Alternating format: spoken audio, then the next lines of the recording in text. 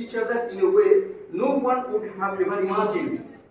ভবিষ্যতে কম্পিউটারটা এমন ভাবে কানেক্ট করবে একটা জিনিসের সঙ্গে আরেকটা জিনিসকে কেউ হয়তো ভাবতেই পারবে না। আমি চিন্তা করছি তোমার সাথে গল্প করবো, আমার মোবাইল বের করতে হবে না, আমি কথা বলছি, তুমি ওখান থেকে আমেরিকায় থাকো, যেখানে থাকো শুনতে পাবে। দরকার হলে তুমি স্ক্রিনে এরকম করে করে নেবে, সেখানে দেখতেও পাবে। এটা আসছে, এরকম সময় হয়তো আসছে, হয় তারা ভালো বলতে পারবে, এরকম যুগটায় আমরা পৌঁছে গেছি। Now the computer started communicating and networking with physical devices. Physical devices দ্বারাই হচ্ছে, physical devices এই দেখ মোবাইল এন্ড ল্যাপটপ, এইগুলো দ্বারা আমরা এখন কম্পিউটারটা কাজ চালাতে পারছি। হ্যাঁ, when computers and devices are fitted with a piece of software and both transmit data each other, they become intelligent. মানে এভাবে যখন আমরা একটার সঙ্গে অন্যটা জুড়ে দিতে পারবো, জুড়ে দিচ্ছি, তখন সেটা ইন্টেলিজেন্ট হয়ে যাচ্ছে এবং সেইভাবে আমরা যেটা বলছি সেভাবে সে অ্যাক্ট অ্যাকর্ডিংলি করছে। এটা হচ্ছে আমাদের এই জেনারেশনে যেটা আছি। তারপরে does quantum computer the ultimate destination of the future generation? That's the asking question today. হ্যাঁ, আমাদের এটাই হচ্ছে মেইন তোমার ডেস্টিনেশন। সেটা হচ্ছে আমরা ভবিষ্যতে যে যুগে কম্পিউটারের দিকে যাচ্ছি, সেটা হচ্ছে computer, quantum computer, quantum physics জানি, কোয়ান্টাম মেকানিজম জানি। আমাদের ফিজিক্সটা এটা সব সেজন্য ভয়ে ওর সামনে বলতে চাইছি না, আরো আছে মনে ফিজিক্সের চারজন। তো কোয়ান্টাম কম্পিউটার, কোয়ান্টাম শব্দটা কি? কণা, ঠিক আছে? বিশ্বকণার নাম শুনেছো কিছুদিন আগে। মানে এটা হচ্ছে এমন একটা ক্যারেক্টার, যে ক্যারেক্টারটার অবস্থান নির্দিষ্ট করে বলে দেওয়া যাবে না। এক মুহূর্তে একটা রকম আছে, অন্য মুহূর্তে আরেকটা চেঞ্জ হয়ে যাবে। এটা হচ্ছে কণা, আর হচ্ছে তোমার এটা একটা পার্টিকেল, সব অ্যাটমিক পার্টিকেল। এটা হচ্ছে তোমার প্রোটন আছে, ইলেকট্রন, এইগুলো এইগুলো, ঠিক আছে? তো এই জিনিসগুলো কিভাবে কম্পিউটারকে মানে নেক্সট জেনারেশনে আমাদেরকে ডেভেলপ করে একটা সুন্দর যুগে নিয়ে যাবে, সেটাই হচ্ছে আমাদের মানে দেখার বিষয়। Quantum computing will redefine computers and open them a limited scope. Imagine a scientist experiment visually instead of using any solid physical materials. মানে imagine a scientist experimenting virtually experiment করছে, মানে সেখানে যেতে হচ্ছে না ল্যাবে, কিংবা গাড়ি তৈরি করতে গেলে গাড়ির কাছে যেতে হচ্ছে না, ওয়ার্কশপে যেতে হচ্ছে না, ভার্চুয়ালি তৈরি করছে, ভার্চুয়ালি জিনিসটা হয়ে যাচ্ছে। এই কোয়ান্টামের ফলেই সম্ভব হচ্ছে, কারণ কোয়ান্টাম কোনো নির্দিষ্টভাবে কোনো জায়গায় কোনো জিনিস একইভাবে থাকে সেটা বলছে না। হ্যাঁ, শ্রোডিঙ্গারের নাম শুনেছ, 1933-তে তিনি ইয়ে পেয়েছিলেন, নোবেল প্রাইজ পেয়েছিলেন এই কোয়ান্টাম ফিজিক্সের উপরে, তাই নাকি স্যার? শ্রোডিঙ্গার 1933-তে। তো সেখানে তিনি দেখেছিলেন, একটা বিড়ালের উদাহরণ দিয়েছিলেন। বিড়ালটাই সেখানে একটা বাক্সের মধ্যে রাখা হয়েছিল। তো সেখানে বলেছিলেন বিড়ালটা জীবিত না মৃত, সেটা কি আছে সেটা কেউ জানে না। কারণ হচ্ছে বস্তু কণা ধর্ম হচ্ছে নির্দিষ্ট করে আগে থেকে বলে দেওয়া যাবে না, দুটো অবস্থায় থাকতে পারে। কণা ধর্ম আছে, ওর মধ্যে আবার আরেকটা ধর্ম আছে তোমার ওয়েভ মানে যেটা হচ্ছে তোমার কি বলে তরঙ্গ। তো একসময় সে কণা চরিত্রে থাকবে, আর একসময় তরঙ্গে থাকবে। কোন অবস্থায় কি অবস্থায় থাকবে কেউ বলতে পারবে না। যখন আমি যেভাবে খুলবো, তখন বিড়ালটা জীবিত হতে পারে, মৃত হতে পারে। তো বিড়াল নাই সেটা তো হবে না। সেই জিনিসটাকে ইগনোর করেছিলেন তোমার আইনস্টাইন 1905-এ। সেই জন্য আইনস্টাইনের কোয়ান্টাম ফিজিক্সের উনি জনক, কিন্তু তিনি ইগনোর করেছিলেন সাবজেক্টিভিজমকে, যেটা আমরা ফিলোসফিতে করি। সাবজেক্টিভিজম মানে আমার নিজে যেটা ভাবছি সেই রকম তত্ত্বটাকে আমি যা বলছি দুনিয়া তাই, ঠিক আছে? চাঁদটা আকাশ আছে তো, আমি না দেখলে চাঁদটা হয়তো নেই। হ্যাঁ, সেই রকম ভাবে তিনি জিজ্ঞেসও করেছিলেন পিয়াসকে, তার একটা শিষ্য, একসঙ্গে ল্যাবে যেতে। তো এই যে বস্তুর অবস্থান আছে কি নেই, এই কোয়ান্টাম চরিত্রের জন্য এটা সম্ভব। সেখানে আমি যেভাবে বস্তুটাকে দেখতে চাই, বস্তুটা সেভাবে আমাদের কাছে উপস্থাপিত হবে। এটাই হচ্ছে কোয়ান্টাম মেকানিজম। ফিজিক্স এবং কোয়ান্টাম মেকানিজমের মাধ্যমে ফিউচার কম্পিউটারটা যে তৈরি হবে, সেটা কিভাবে হবে এবং সেটা আমরা জানি না, কিন্তু in future that kinds of thing is coming. আমরা ওয়েট করতে পারি আর কিছুদিন, very few days it will take. খুব বেশি যে সময় নেবে তা নয়, তোমরা পাবে, আমরাও পেয়ে যাবো হয়তো। তো এই আমাদের ফিউচার ডেস্টিনেশন। আর কিছু বলছি না স্যার? না স্যার, বলুন sir. I am very sorry, মানে ফিউচার প্রতি ক্ষমা চেয়ে নিচ্ছি স্যারের কাছে।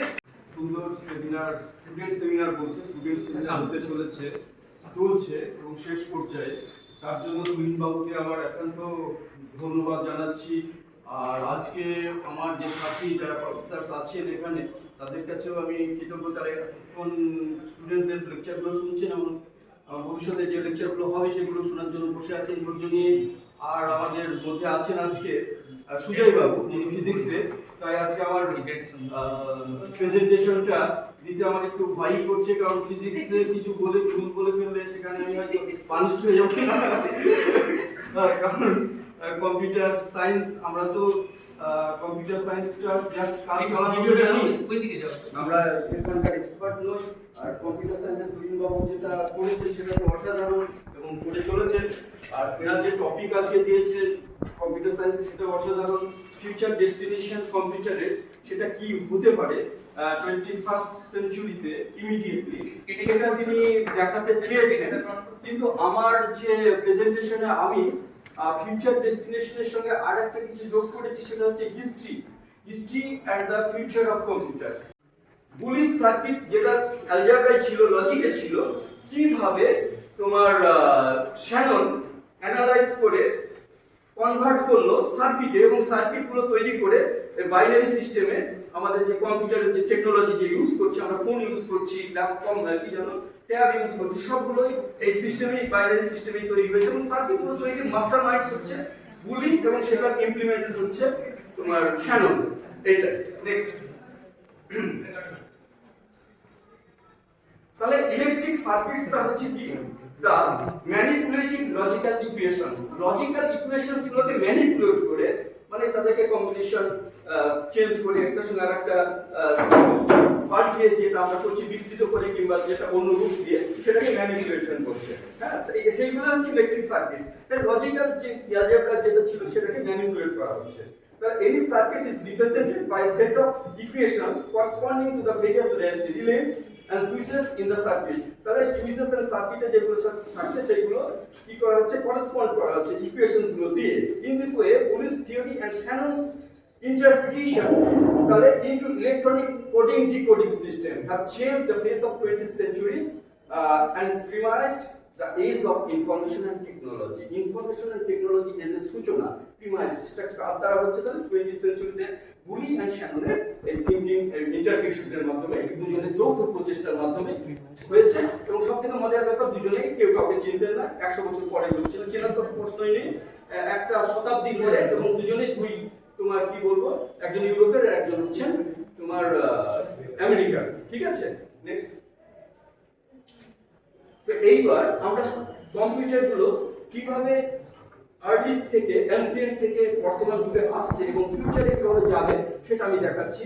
এটা আর্লি এজের কম্পিউটার দেখো, অ্যাবাকাস এটা হচ্ছে, এটা 4000 বছর আগে, নিয়ারলি 4000 বছর আগে চীনে কিংবা রাশিয়া, ইউরোপিয়ান কান্ট্রিজ এবং আমাদের এই কান্ট্রিতে কিছু কিছু জায়গাতে এগুলো ইউজ হতো। অ্যাবাকাস আজও হয়তো কোনো জায়গায় ইউজ হয়, তাই না?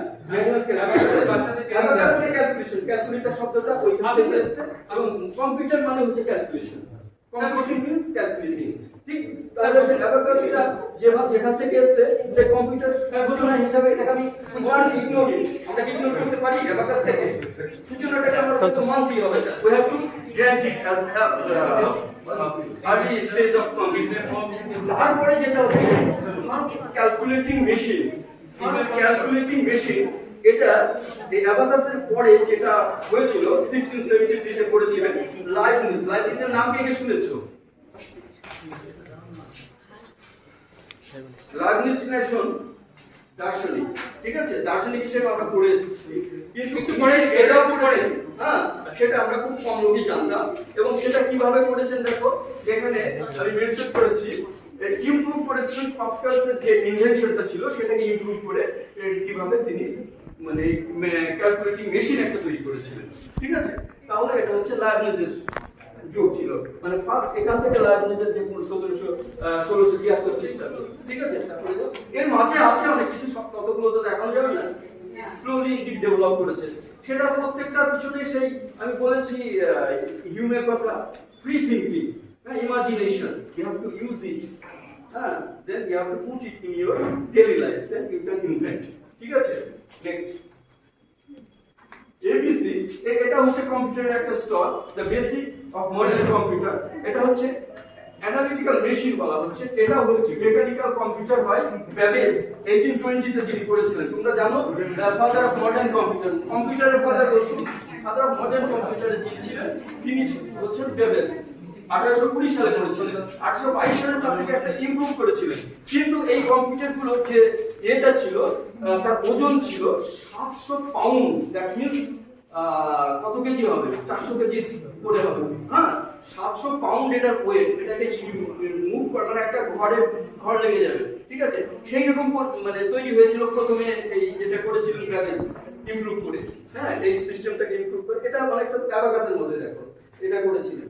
এগুলোর ক্ষেত্রে ব্যবস্থা যা করেছিলেন সেগুলো হচ্ছে ম্যানুয়ালি যেগুলো আছে সেগুলো টেকনোলজিক্যালি বাইনারি সিস্টেমের সার্কিট অমুক দিয়ে, যেটা আমরা মডার্ন কম্পিউটারের কাছে চিপ দিয়ে করা, সেই যুগের পর্যন্ত ওনারা চিন্তা ভাবনা করতে পারেননি। যেটা করেছিলেন তোমার শ্যানন এন্ড কি যেন বললাম, কুল এন্ড শ্যানন, যেটা করেছিলেন সার্কিটের মাপ তৈরি করে, সেটা আমরা জানি না, ওনাদের নাম কেউ জানি না, কারণ হচ্ছে ওনারা কেন জানি না, কিন্তু জানা উচিত ছিল।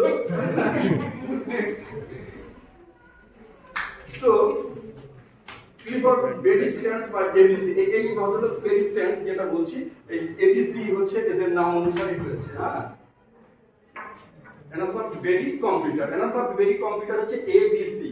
এই কম্পিউটারটা তারপরে ওনাদের পরে বেবেজের পরে যে কম্পিউটারটা এসেছিল সেটা এইরকম। ফার্স্ট ইলেকট্রিক কম্পিউটার 1930, এটা আমরা মডার্ন কম্পিউটারের জাস্ট আগের স্তরে যেটা পৌঁছেছিলাম। এটা সাইজে অনেকটাই বড় দেখো। হ্যাঁ, এটা হচ্ছে 25টা তোমার ক্যালকুলেশনস করতে পারতো কয়েকটা মিনিটে, 1 মিনিটে 25টা, ঠিক আছে? বেশি করতে পারতো না, স্লোই ছিল। আমাদের তো থাউজেন্ডস ক্যালকুলেশন হয়ে যাচ্ছে এবং মাল্টি চ্যানেলে বিভিন্ন ভাবে আমরা পাচ্ছি। নেক্সট,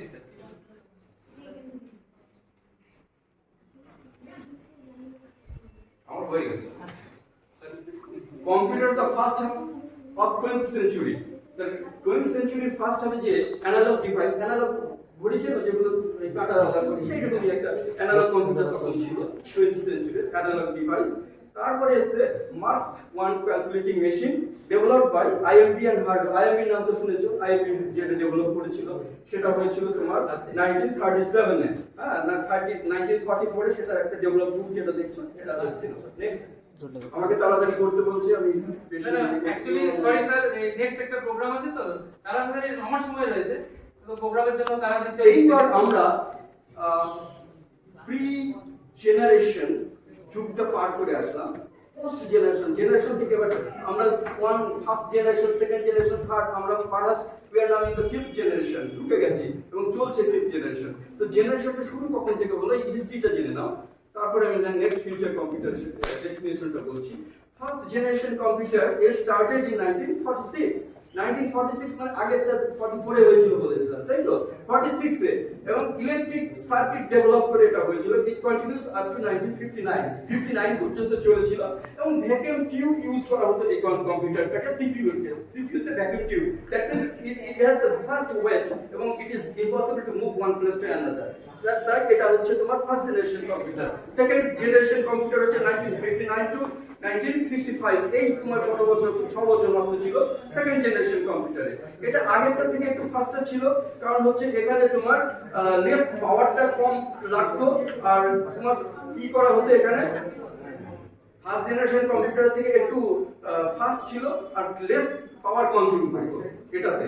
এবং থার্ড জেনারেশন কম্পিউটার যেটা 1966 টু 1970, এটা আইসি ইনস্টেড অফ ট্রানজিস্টরস। আগেরটা ট্রানজিস্টর ইউজ হয়েছে, প্রথমে ভ্যাকুয়াম এটা ইউজ হয়েছে, হ্যাঁ ভ্যাকুয়াম টিউব, তারপরে ট্রানজিস্টরস, তারপরে আইসি ইউজ হয়েছে।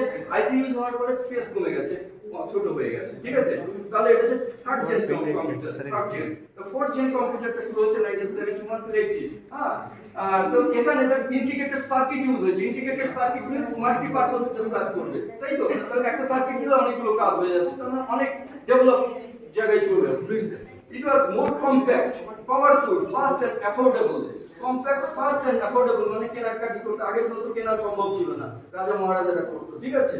তো এটা কেনার জন্য কিছুটা তোমার কমফোর্টেবল মানে হয়েছিল, মানে কম দাম হয়েছিল ওই এটা ইউজ করার জন্য, সার্কিটটা ইউজ করার জন্য, ঠিক আছে? আর ছোট হওয়ার জন্য।